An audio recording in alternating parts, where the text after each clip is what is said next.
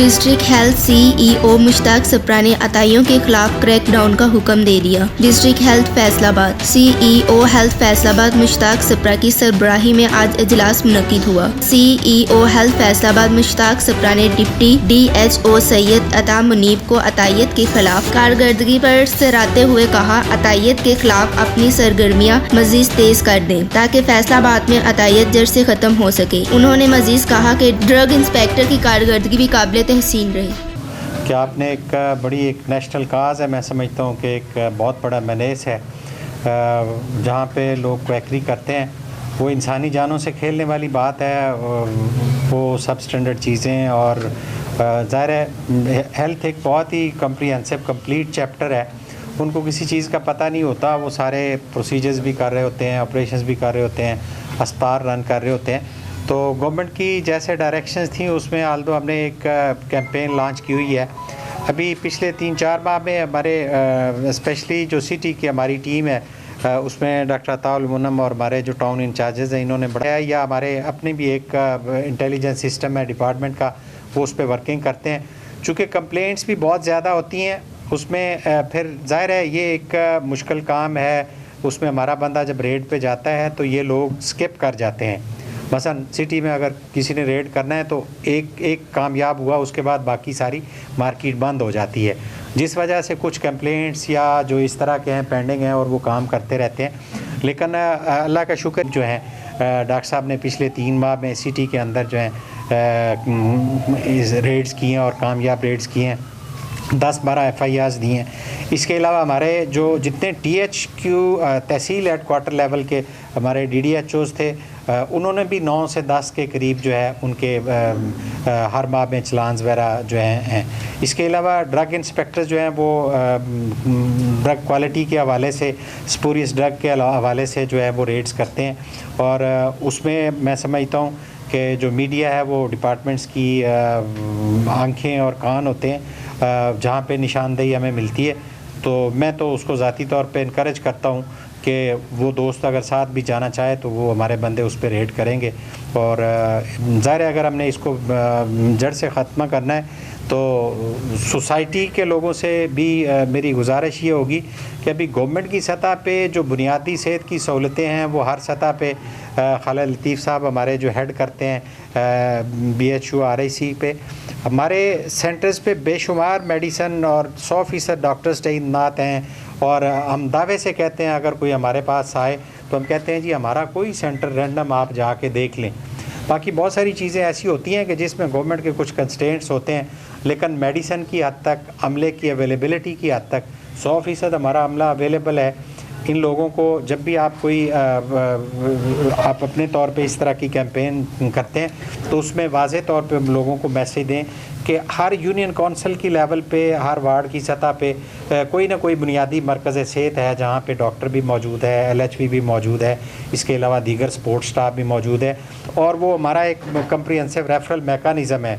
अगर वो वहाँ पे नहीं मैनेज हो सकता तो उसको तहसील लेवल पे रेफ़र कर देते हैं, जो तहसील लेवल पे रेफ़र नहीं हो सकता उसको DHQ या लाइट में रेफ़र हो जाता है। तो इसमें मेरा ख्याल है आप लोगों की हमें बहुत ज़्यादा सपोर्ट रिक्वायर्ड होगी।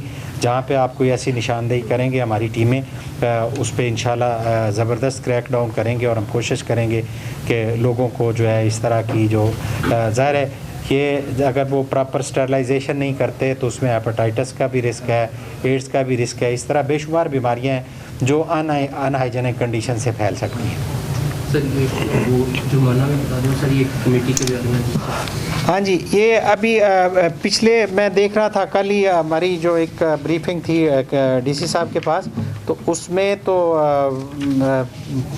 करोड़ों के हिसाब से हमारा बन रहा है फ़ाइन जो पिछले 2 सालों में हुआ है। अभी 37 लाख का है जो 24 क्वैक्स को फ़ाइन हुआ है। अभी चूँकि इसकी थोड़ी सी ऑनलाइन रिपोर्टिंग से सिस्टम बेहतर हुआ है, जब वो हम इसकी मैनुअल रिपोर्ट्स भेजते थे तो 37 लाख के करीब 24 क्वैक को हुआ है और 10 इसमें FIRs और 3 जो हैं इस्तगासे पेंडिंग हैं। और अभी रिसेंट जो अभी डॉक्टर साहब ने अपनी पर्सनल एफर्ट करके 8,55,000 के करीब जो मसलन वो डायरेक्शन दे देता है कमीशन के ये फ़ाइन इन्होंने जमा करवाना है, उसमें ऐसा वो डॉक्टर साहब ने पर्सनल एफर्ट से वो फ़ाइन जमा करवाए हैं। उसका चूँकि अभी फ़ाइन जो डिपॉज़िट करना होता है उसका जनरली हमारी कोशिश ये होती है कि जब कमीशन ने उसको फ़ाइन इम्पोज़ कर दिया तो वो उसकी रिसीट जो है वो हमारे पास देते हैं, तो उसके बाद हमारा बंदा जाके उसको डी सील करता है। उसमें बेसिकली इसका जो मेकनिज़म है, जो भी क्वैक है वो वहाँ पे अंडरटेकिंग देता है कि जी मैं ये काम नहीं करूँगा, लेकिन वो चूँकि वेन्यू चेंज करके एक जगह से दूसरी जगह वो स्किप करते हैं, लेकिन उसमें हमारी कोशिश ये है कि हम इस में बेहतर तौर पे हमारी टीमें जो हैं वो काम करती रहें और आवाम को जो हमारे एंड पे आता है पब्लिक सेक्टर में गवर्नमेंट की सतह पे हम कोशिश कर रहे हैं कि वो उनको बेहतर जो क्वालिटी सर्विसेज हैं हेल्थ केयर की वो प्रोवाइड करें। इसमें अभी हम चूँकि फील्ड में हमें बहुत सारे मसाइल आते थे, ये ऑलरेडी एक छोटी कमेटियाँ जो बनी हुई थी जिसमें हमारे DDHO के साथ असिस्टेंट कमिश्नर हेड करता था, यानी अगर कहीं पे बेसिकली जिस तरह हमारे DDHOs हेल्थ इंस्पेक्टर्स होते हैं उसी तरह हमारे असिस्टेंट कमिश्नर्स भी हेल्थ इंस्पेक्टर्स नोटिफाइड हैं। चूँकि बेसिकली उनका काम रेवेन्यू होता है, वो हमारी तहसील में जिस तरह DC हमें डिस्ट्रिक्ट में हेड कर रहा होता है, तहसील में AC हेड कर रहा होता है। अगर हमारी टीम को किसी लेवल पे कोई किसी किस्म की एडमिनिस्ट्रेटिव या कोई लॉ एंड ऑर्डर वाली सिचुएशन आती है तो उसमें AC साहबान हमें हेल्प आउट करते हैं। और अभी एक डी साहब ने 7 मेंबर्स की एक कमेटी नॉमिनेट कर दी है जिसमें ये जितनी भी जो लिटिगेशन में होगा या जितने रेड्स होते हैं कहीं पे कोई प्रॉब्लम होगा, हमारी टीमें जो है वो कोऑर्डिनेट करके अकॉर्डिंगली वो मूव कर सकेंगी। तो उससे मेरा ख़्याल है कि और थोड़ा सा जो गवर्नमेंट की रेट है वो बेहतर होगी और जो थोड़ा सा हमारी टीमों के लिए अनसीन होता है कि मसलन एक हजूम इकट्ठा हो जाता है, ज़ाहिर हमारे सिंगल 2 मेंबर टीम मेंबर्स होते हैं जो रेड कर रहे होते हैं, तो उसमें जब ये टीम की फॉर्म में जाएंगे तो और बेहतर इनके एक्शंस हो जाएंगे। थैंक यू वेरी मच जी। कोई आपका पूछ सकते हैं जी, एक एक बात करके जो रेज कर जाता है उसके लिए आपने क्या ऑपरेशन तो हो रहे हैं? आपका बड़ा ज़बरदस्त सवाल है जी। देखें, 2 चीज़ें हैं। हमारा जो हेल्थ केयर कमीशन का लॉ है वो हमारी डिस्ट्रिक्ट हेल्थ अथॉरिटी को परमिट नहीं करता, जहाँ पे क्वालिफाइड बंदा बैठा हो उस पर हम एक्शन नहीं ले सकते। उसमें हम इंश्योर ये करते हैं, मैं अपनी टीमों को कहता हूँ, जहाँ पे एक बहुत बड़ा अलमिया है, वो हमारे ही 2 कोलीग्स हैं जो रेंटल डॉक्टर, हम कहते हैं कि वो कम से कम जिस ड्यूरेशन में, मसलन वो कहता है जी मैं 4 बजे से लेके 10 बजे बैठूँगा, तो हम ये कहते हैं कि वो क्लिनिक उस टाइम में रन करें। उसके अलावा अगर होता है तो उसको भी हम क्वैकरी में ही लेते हैं। जनरली वो डॉक्टर साहबान आ जाते हैं, अगर मसलन से एक वहाँ पे रेंटल डॉक्टर वाला क्लिनिक है, हमारी टीम रेड के लिए गई तो वो टीम के वो इंफॉर्मेशन लेने तक डॉक्टर साहब आ जाएंगे। उसमें ज़ाहिर है अगर वो डॉक्टर मौजूद होता है तो उस पर हम फिर उस तरह एक्शन नहीं ले सकते। हाँ, अलबत्ता उसमें से उससे अगली स्टेज है, रेंटल डॉक्टरों की भी क्लासें हैं। कुछ लोगों ने 3-3, 4-4, 5-5 जगह अपने बोर्ड, उसमें हम फिर कहते हैं कि जी उसकी वर्किंग करें, जिसका एक जगह से एक की बजाय 3 या 4 जगहों पे बोर्ड नज़र आते हैं, तो वो उसको जो ह्यूमनली पॉसिबल है, मसलन अगर वो गवर्नमेंट जॉब करता है उसके बाद वो 1 क्लिनिक कर ले, 2 कर ले, ये नहीं है कि वो 6 जगहों पे उसका बोर्ड नज़र आना चाहिए। जो ह्यूमनली पॉसिबल है कि वो उसका जो 2 घंटे का या 4 घंटे का उसमें वो होगा, तो फिर वो हमारी टीम उसको विज़िट करती है, वो कहती है कि जी यहाँ पे तो डॉक्टर टीम, तो वो वहाँ से वेन्यू चेंज कर लेता है, चेंज करके फिर दोबारा मेरी प्रैक्टिस स्टार्ट करता है। तो सर ये तो सिनेरियो वैसा का वैसा ही था, फिर आपके रेड करने का कोई फ़ायदा तो नहीं। इसके हवाले से आपका क्या लाएमल है? देखिए, हमारी टीमें रेगुलर, देखिए हमारा जो भी हेल्थ ऑफिसर है उसकी मल्टीपल असाइनमेंट्स हैं। आप फैसलाबाद की बात करें, हम एक कोविड क्राइसिस से गुजरे हैं, दूसरा स्टार्ट हो गया है। अब हमारी कोशिश ये होती है कि वो उसको इखलाकी तौर पे भी एहसास दिलवाएं। उसने एक अंडरटेकिंग दे दी है कि मैं दोबारा काम नहीं करूँगा, तो अगर वो दोबारा भी उस रेंज में आता है तो उसका हम दोबारा रेड करते हैं और उसका केस बनाते हैं। सर क्रिमिनल प्रोसीडिंग फिर हम उसको स्टार्ट करते हैं। अगर हम सर नवाही इलाकों में बहुत ज़्यादा शिकायत हैं, बेसिकली मैं समझता हूँ जी, अब लोगों को भी थोड़ा सा शऊर के साथ, एक एमरजेंसी सर्विसेज हर जगह पे अवेलेबल है। सिर्फ एक हमारे सोसाइटी का अलमिया ये है कि मसलन वो नॉन, एक वो रेफरेंस वाली बात चलती है, वो मसलन हमारे 24/7 BHUs हैं, RIC जो हैं मसलन 16 हैं, वो उनके जो करीबी देहात हैं वो तो वहाँ पहुँच सकते हैं। इसी तरह THQ में इमरजेंसी राउंड दी क्लॉक फंक्शनल होती है, तो वो लोगों को इन लोगों के पास जाना नहीं चाहिए, डिस्करेज करना चाहिए। अच्छा सर, कई ऐसी जगह हैं जहाँ पे आपके जो विलेज है वहाँ पे सेंटर्स है, वहाँ पे डॉक्टर का आना मुनासिब ही नहीं समझते, आते भी हैं 15 दिन महीने के बाद आते हैं, भेज देते हैं, चले जाते हैं। अभी सर आप बताऊँगा मैं सारे जो है ना आपको दूँगा, पॉइंट दूँगा।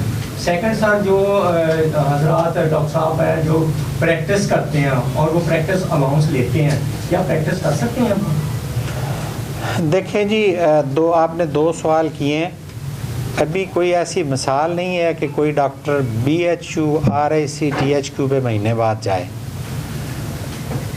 उनकी बायोमेट्रिक अटेंडेंस लगती है, अगर नहीं लगती तो उसकी हम परफॉर्मेंस देखते हैं, कोई ऐसी मिसाल नहीं है। 100% हमारे डॉक्टर्स किसी भी रिमोट, अभी मैं आज 5-6 सेंटर देख के आए हैं, हमें किसी जगह कोई किसी को बता के नहीं गए। बल्कि आज चौधरी साहब ने एक बड़ा ज़बरदस्त डिसीजन लिया है कि जो बंदा उसकी बायोमेट्रिक अटेंडेंस नहीं होगी, हम सैलरी लिंक करेंगे उसकी बायोमेट्रिक अटेंडेंस से। दो ही तरीके हैं ना उसमें। बाकी ये सेइंग्स होती हैं कि जी नहीं जा रहे। पुराने अगर हम आज से 30 साल पहले की बात करें, जब हमने 35 साल पहले जॉब स्टार्ट की थी, तो उस वक्त शायद ये बात सही थी कि वहाँ पे कम जाते थे। अभी उन बच्चों के लिए एक इंसेंटिव है कि वो उनको मार्क्स मिलते हैं। अभी ये तो हो सकता है कि हमारे DHQ में इस वक्त सीटें खाली पड़ी हों, BHU पे ना सीट खाली है और ना कोई ना जाने वाली तो कोई सूरत हाल नहीं है।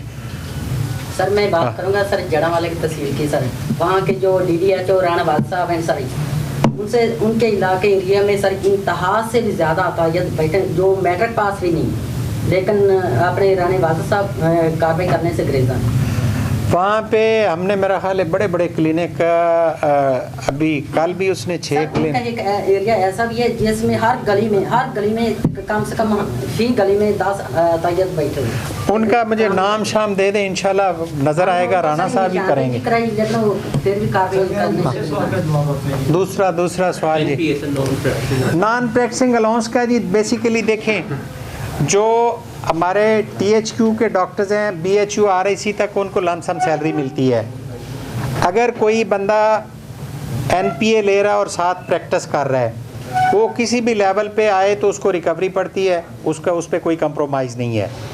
उसमें डेफिनेटली हम बहुत सारी जगहों पे उनका उस तरह नहीं वेरीफाई करते। उसको अगर हम NPA देते हैं तो उससे एक एफिडेविट लेते हैं कि मैं प्रैक्टिस नहीं करूँगा। जो करता है बहुत सारे लोगों को रिकवरी पड़ती है, और वो इस वक्त भी हमारा वो पैरा बना हुआ है।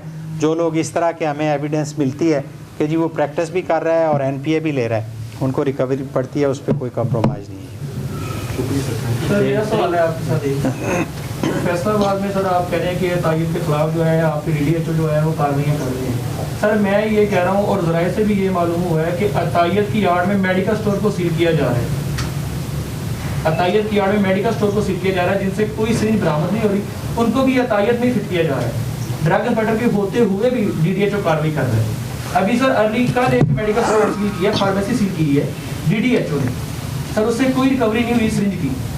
जो काउंटर पे सर सेल होती है जो मेडिसिन की जो पैराडोल वगैरह है, सर उसकी सर उसका चालान कर दिया गया। सर उस पर आप क्या करेंगे? नहीं इस तरह नहीं होते हुए भी सर DDHO कार्रवाई करे तो सुन लेंगे। DDHO का डोमेन थोड़ा सा ज़्यादा है, वो मेडिकल स्टोर पे भी जहाँ पे प्रैक्टिस हो रही है कर सकता है। जो ड्रग इंस्पेक्टर है वो सिर्फ मेडिकल स्टोर तक वो कार्रवाई करता है। अब बेसिकली अगर ऑन ग्राउंड देखें, सिटी में आपको मेरा ख्याल है कोई शायद एक आधा होगा स्टोर जिसमें कोई प्रैक्टिस का ट्रेंड होगा, लेकिन रूरल एरिया में या पेरीफ्री में किसी स्मॉल टाउन में चले जाएं तो वहाँ पे मेजॉरिटी जो मेडिकल स्टोर्स हैं वो प्रैक्टिस करते हैं। वो अलहदा बात है कि उस वक्त उन्होंने वो उसका जो है अगर उसके पास सिरिंजेस नहीं मिली, जहाँ पे वो प्रैक्टिस कर रहे हैं प्रैक्टिस उनको अलाउड नहीं, वहाँ पे ड्रग इंस्पेक्टर भी रेड कर सकता है और हमारा DDHO भी कर सकता है। और आपका ड्रग लॉ तो ये कह रहा है कि ड्रग इंस्पेक्टर के बगैर जिस जगह पे मेडिकल स्टोर है ड्रग इंस्पेक्टर को साथ लेके जाना लाजमी है। वो आपका वज़ीर आला है या डिप्टी कमिश्नर है, कोई भी अकेला नहीं जा सकता। नहीं drug law DDHO sir drug inspector के बगैर ही कार्रवाई कर रहा है। नहीं लेकिन सर आप उसे अतायत में फिट कर रहे हैं। मैं आपको जवाब देता हूँ इस चीज़ का। जहाँ पे बेशक इंजेक्शन नहीं लगा रहे, लेकिन अगर वो पुड़ियों के अंदर मेडिसिन भी दे रहे हैं ना लोगों को, तो वो भी अतायत के जुमरे में आती है, सर डीडीएच वो भी अलाउड नहीं है।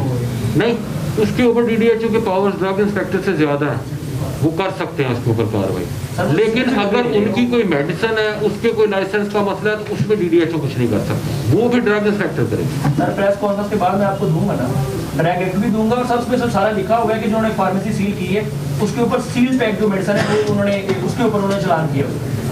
नहीं, उसमें कोई वायलेशन होगी तो अदरवाइज पता है क्या नहीं है सर, नहीं, मेरी बात सुने, आप जिसका ये केस जो है ना, ये यहीं पे नहीं खत्म होता। आखिर जिसने किसी को सील किया या उसके खिलाफ एक्शन लिया, ये कोर्ट में केस जाता है, DPCB में केस जाता है, हर जगह के ऊपर जाता है। अगर किसी ने गलत किया तो वहाँ पकड़ा जाता है। ये ऐसी बात नहीं है कि आप किसी के साथ ज्यादती करें और आप बच जाए। ये चेक करने वालों का भी उतना ही एहतसाब होता है और चेक होने वालों का भी उतना ही एहतसाब होता है। ये अगर किसी ने कोई गलत किया है तो वो डेफिनेटली कहीं ना कहीं किसी स्क्रीनिंग में आएगा, पकड़ा जाएगा, उसमें ज्यादती नहीं होगी किसी के साथ। लेकिन सर फैसलाबाद में महकमा हेल्थ जो है सर, वो 100 में से सर 80% जो है वो मेडिकल स्टोर सील करके 28 में डाल देगा। मेरा ख्याल है ड्रग इंस्पेक्टरों के इख्तियार है वो इस्तेमाल किए सुन लेना, हमारे ज्यादा वैसे अतायत मेडिकल स्टोर वाले ही कर रहे हैं। आप मेन फार्मेसीज को छोड़ लें, गली मोहल्लों के अंदर जितने मेडिकल स्टोर हैं वो सारे दवाइयाँ दे रहे हैं। सर चलान आपके पास है, उनके अंदर सिरिंजें कम स्टोर है, जरूरी नहीं है मेडिसिन का चलान हुए। मेरे भाई, सिरिंज बरामद होना जरूरी नहीं है।